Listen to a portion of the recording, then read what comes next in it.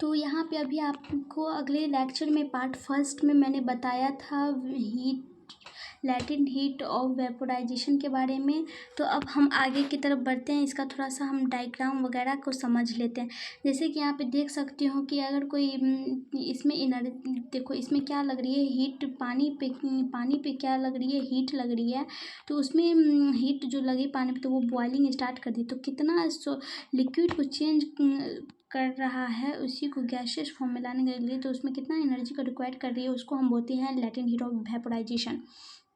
ठीक है, तो अब आगे हम आपको दिखाते हैं कुछ चीज़।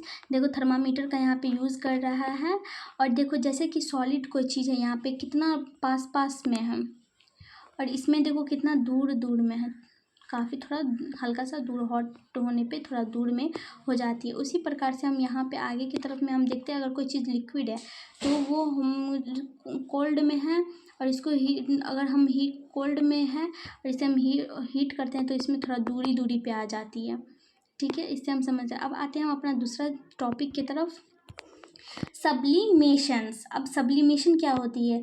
The change of state directly from solid to gas, from gas to solid is called sublimation. ऐसा बदलाव जो डायरेक्टली बदल जाती है सॉलिड से लिक्विड की तरफ में, और गैस बदल जाती है सॉलिड की तरफ में, तो उसको हम सब्लिमेशन करते हैं। जैसे कि एक सॉलिड कैम्फर और अमोनियम क्लोराइड है, उसको हम हीट करते हैं तो वो बदल जाती है वेपर के फॉर्म में, और वेपर जो होती है कूल होने के बाद क्या हो जाती है, चेंज हो जाती है सॉलिड में। तो कैम्फर का मतलब समझे कपूर। कपूर को अगर हम क्या करते हैं कि अगर हीट करते हैं तो वो क्या हो जाती है, कपूर को अगर हम हीट करते हैं तो वो चेंज हो जाती है किसमें, वेपर के फॉर्म में, और वो चेंज हो जाती है गैस के फॉर्म में, और वो सॉलिड जो होती है गैस के फॉर्म में ले लेती है, और गैस सॉलिड के फॉर्म में। तो जैसे कि अगर हम एक क्या यहाँ पे देख रहे हो, बर्नर्स है, चाइना डिश बर्नर्स है, चाइना डिश है, अमोनियम क्लोराइड इसमें है साइड में, और ये इंटरवर्टेड फनेल है, और इसमें अमोनियम क्लोराइड हम वेपर करते हैं। तो अमोनियम क्लोराइड अगर हम वेपर करते हैं तो यहाँ पे हम देख सकते हैं कि अगर हम कोई कॉटन यहाँ पे, तो इसमें क्या होती है कि इसमें इकट्ठा हो जाती है वेपर के फॉर्म में, अगर हम रखते हैं तो ऊपर कॉटन की वजह से ये ऊपर नहीं जा पाती है, तो नीचे ही रह जाती है और वो ठंडा हो जाती है। अब हम दूसरे टॉपिक पे समझते हैं। हम सब्लिमेशन अच्छे तरीक़ा से हम समझ चुके हैं। सब्लिमेशन उसे कहते हैं जो क्या करती है कि सॉलिड को गैसेस में कर देती है, और गैस को सॉलिड में, उसको हम कहते हैं सब्लिमेशन। अब दूसरा तरफ आते हैं हम, effect of pressure on gases. जब कोई व्हेन प्रेशर इज अप्लाइड, अगर हम किसी चीज़ पे हम प्रेशर धरते हैं तो ऑन गैसेस, और उसका गैस का पार्टिकल काफ़ी क्लोजली आने लगती है, और यह गैस चेंज कहलाती है लिक्विड में चल जाती है। तो यह वी कैन लिक्विफाई गैसेज। तो ये क्या है, एक लिक्विफाई गैसेस है जो अप्लाई करती है प्रेशर को और घटा देती है टेम्परेचर को। देखो इफेक्ट ऑफ प्रेशर क्या समझे इसमें, अगर कोई हम गैस पे प्रेशर लगाते हैं तो वो क्या आ जाती है, क्लोजली तरीका पास में आने लगती है, और वो गैस चेंज कर जाती है किसमें, लिक्विड के फॉर्म में। ठीक है, वी कैन, अब हम लिक्विफाइड गैस लेते हैं एलपीजी, लिक्विफाइड गैस मतलब एलपीजी को हम अप्लाई करते हैं प्रेशर, और वो रिड्यूसिंग कर जाती है टेम्परेचर के फॉर्म में। देखो अगर हम कोई कंप्रेस करते हैं सॉलिड को, कार्बन डाइऑक्साइड को, जैसे ड्राई आइस कहते हैं हम, वो उस पर प्रेशर लगाने के बाद कंडक्ट कर चेंज डायरेक्टली चेंज कर जाती है गैस में, बिना कोई लिक्विड स्टेट में जाती है। ये सॉलिड कार्बन डाइऑक्साइड कहलाती है ड्राई आइस। जैसे कि यहाँ पे देखो गैस होती है जो काफ़ी दूर दूर पे रहती है, काफ़ी दूर दूर पे उस पर प्रेशर अप्लाई करती है। प्रेशर अप्लाई करने के बाद क्या होती है, वो लिक्विड में बदल जाती है, और वो लिक्विड में बदल जाने के बाद एलपीजी गैस का फॉर्म ले लेती है। ठीक है, और आगे अब हम जाते हैं इंटर कन्वर्सन ऑफ 3 स्टेट। अब इंटर कन्वर्सन क्या होती है, अब हम समझेंगे inter conversion of 3 state, 3 state inter conversation का। ठीक है, अंतर परिवर्तन। ठीक है, the state of matter are inter convertible. ये जो मैटर, किसी भी पदार्थ का स्टेट वह चेंज हो जाती है किसमें, इंटू कन्वर्टिबल में। तो ये स्टेट मैटर का चेंज कर जाती है टेम्परेचर धरने पे या फिर प्रेशर धरने पे। तो उसको हम समझते हैं अच्छे तरीक़ा से। देखो यहाँ पे जैसे कि हम सॉलिड है, सॉलिड अगर गैस में जाती है तो वो सब्लिमेशन कहलाती है। अगर कोई गैस सॉलिड में आती है, ये गैस सॉलिड में आती है तो वो डिकम्पोजिशन कहलाती है। ठीक है। अगर कोई सॉलिड लिक्विड में जाती है तो उसे मेल्टिंग कहलाते हैं। अगर कोई लिक्विड किसमें सॉलिड में जाती है तो उसको हम फ्रीजिंग कहते हैं। अगर कोई लिक्विड जो होती है गैस फॉर्म में जाती है तो उसे इवोपरेशन कहते हैं। अगर कोई गैस फॉर्म लिक्विड में आती है तो उसे हम कंडेंसेशन कहते हैं। ये चार्ट बहुत ही इंपॉर्टेंट है, याद कर लेना आप लोग अच्छे तरीक़ा से और देख भी लेना। ठीक है, तो अब हम आगे की तरफ में बढ़ते हैं बिना टाइम को गवाए। अब अच्छे तरीक़ा से हम एक एक करके सबको समझते हैं।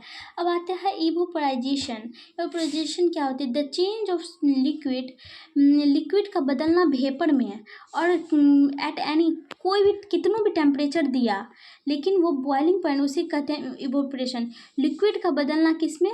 गैस फॉर्म में, तो उसे हम सब्लिमेशन इवोपरेशन कहते हैं। जैसे कि इवोपरेशन सरफेस फिनोमिना है, सरफेस का फिनोमिना है और पार्टिकल्स जो होती है फ्रॉम पार्टिकल फ्रॉम सरफेस लेती है, गेन करती है energy, outcome the force of attraction और चेंज करती है। देखो इतना अंग्रेजी पढ़ने की कोई ज़रूरत नहीं है, हम अच्छे तरीक़ा से आपको समझा दे रहे हैं। यहाँ पे हमारा क्या है? एक लैक है, नदी है, रिवर है। ठीक है, लैक ठहरी हुई पानी। यहाँ पे हमारा सन है, यहाँ पे हमारा क्या है? क्लाउड है। ठीक है, तो अगर कोई हीट इस पे लगती है पानी पे तो वो पानी क्या हो जाती है कि वह गर्म होने की वजह से वो ऊपर चल जाते हैं, वेपर फॉर्म में जाते हैं, जिसे हम क्या बोलते हैं? इवोपरेशन बोलते हैं।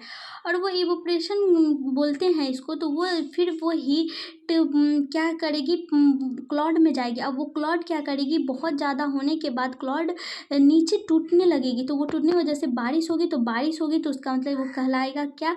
सब्लिमेशन।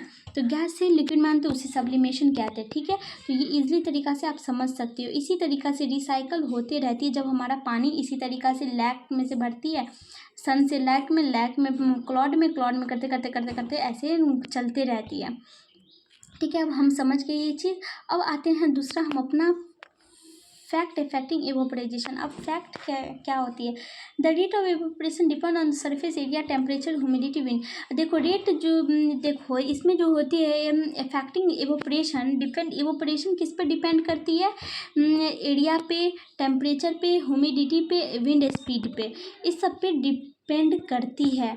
अगर देखो यहाँ पे ऑलरेडी मैंने ये चार्ट आपको बता ही दिया। देखो जैसे अगर हम इंक्रीज़ करते सरफेस को तो इंक्रीज करती है इवोपरेशन, अगर हम इंक्रीज़ करते टेम्परेचर को तो इंक्रीज करती है रेट ऑफ इवोपरेशन, अगर हम इंक्रीज करते ह्यूमिडिटी को तो इवोपरेशन भी, जितना तेज़ी हम इसमें देंगे हीट उतना तेज़ी तरह से इवोपरेशन होगा। जितना तरीक़ा से हम एरिया को बढ़ाएंगे उतना ज़्यादा इवोपरेशन होगा। जितना ज़्यादा हम टेम्परेचर बढ़ेंगे उतना रेट ऑफ डिफ्यूजन बढ़ेगा। जितना ह्यूमिडिटी को हम डिक्रीज़ करेंगे उतना रेट ऑफ इवोपरेशन घटेगा। और जितना इंक्रीज़ करेंगे विंड स्पीड को तो उतना इंक्रीज़ करेगी इवोपरेशन। ठीक है, ये अच्छी तरीक़ा से आप लोगों ने समझ चुका है। बहुत ईजिली वे में मैं आपको समझा रही हूँ। अगर कुछ भी डाउट हो रहा है तो मुझे बताना कमेंट करके, और कुछ भी गलती हो तो हमें बताना, और प्लीज़ लाइक करना।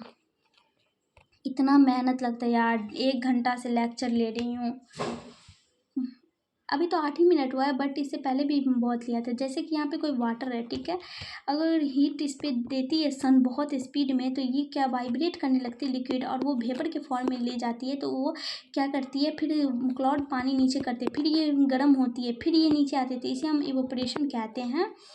ठीक है, अब आगे की तरफ में हम समझते हैं। ये सब हमने समझ किया। अब आते हैं हम दूसरा, इवोपरेशन कॉज कूलिंग। अब इवोपरेशन के कारण कूलिंग क्या होती है?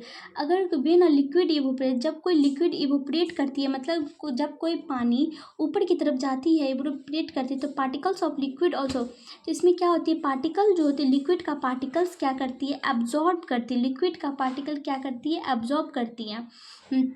लिक्विड का पार्टिकल क्या करती है, एब्जॉर्ब करती है हीट को, किसको, सराउंड इवोपरेट। तो वो लिक्विड का पार्टिकल जो होती है वो एब्जॉर्ब करती है हीट को और वो इवोपरेट करने लगती है, तो इसका सराउंडिंग कोल्ड में बदल जाती है। तो जैसे कि कोई पीपुल है, स्प्रिंग करती वाटर रूप को पानी पे ओपन ग्राउंड होती है क्योंकि उस पर इवोपरेशन आती है। देखो जब कोई एवोपरेशन, इसको देखो क्या सब बोल रहा है, अभी आपको मैं समझाती हूँ कि एग्जाम्पल बहुत अच्छा है यहाँ पे, पहले मैं पढ़ लेती हूँ। People spring water on the roof, open ground, because during the evaporation water absorb heat makes the hot surface cool.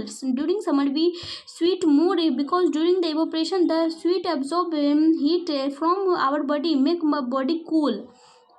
Wearing cotton cloth in summer keep the cool because cotton absorb the sweat, the sweet evaporation absorb on the body में cool। देखो क्या इसमें कह रही है, आप sweet sweet में इतना बोलती है, मिठाई मत समझ जाना, स्वीट मतलब पसीना। देखो अगर कोई बॉडी जो अगर कोई पीपल क्या करती है, ये हमारा छत की एरिया है, गर्मी के मौसम में हम छत पे जाते हैं, नन्हे मुन्ने बच्चे छत पे जाते हैं, तो वो छत पे जाते तो वो पानी क्या करती है, पानी फेंक देती है। तो यहाँ पे पानी बहुत गर्म रहता है, अब यहाँ पे पानी फेंक देते हैं तो ये पानी और गर्म होने लगता है। क्यों? क्योंकि वो इवोपरेशन करने लगता है, वो ऊपर की तरफ में हीट जाने लगता है, फिर थोड़ा देर के बाद क्या हो जाता है, ठंडी हो जाती है।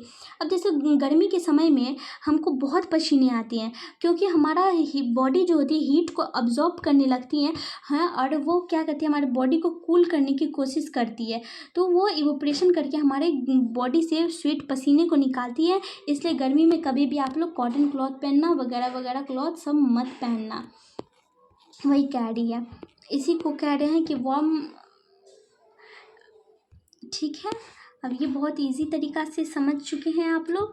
अब ये आप समझिए यहाँ पे हम क्या बोल रहे हैं, our body make the body cool. ठीक है, हाउ इवोपरेशन कूलिंग, कैसे इवोपरेशन कूलिंग होती है, जैसे कि यहाँ पे वार्म गर्म हवा है, कोई चीज़ से टकराती है, ठीक है, तो वो पानी बरसती है, तो ये 18 से 25 डिग्री सेल्सियस पे कूल करती है। ठीक है, तो यहाँ पे अगर कोई पानी को हम पानी पे हम कुछ अप्लाई करते हैं वार्म, तो वो हमारा पंप क्या मदद करती है कि ठंडे पानी को नीचे अब्जॉर्ब करती है, तो वो ठंडा पानी इधर से हमारे कूलर की तरफ से हमारे देने लगती है। अब हम समझते हैं हाउ इवोपरेशन कूलिंग वर्क, अब कैसे कूलिंग करती है। ठीक है, तो यहाँ पे जब कोई पानी है, कोई सरफेस पे आती गिरती है, ठीक, तो यहाँ पे गर्म हवा आती है, अब इससे टकरा करके 18 से 25 डिग्री कूलिंग एरिया देती है, टकरा करके वो क्या, गर्म हवा पीछे की तरफ में रह जाती है और ठंडी हवा आगे की तरफ में आने लगती है।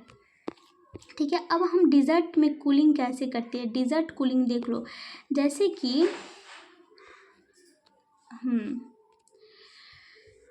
कोई गर्म हवा आई, ये फिल्टर हमारा है, यहाँ पे फिल्टर करके पानी नीचे की तरफ जाती है तो वाटर टैंक में, अब वो वाटर टैंक पंप करती है ऊपर की तरफ, और वो क्या, फैन के थ्रू ठंडी हवा, हमारे कूलर में ऐसा ही होता है कि ठंडी हवा आने लगती है, तो पहले हम पानी देते नीचे की तरफ, वो पंप करती, फिल्टर करती है, पंप करती है और वो ठंडी हवा देने लगती है।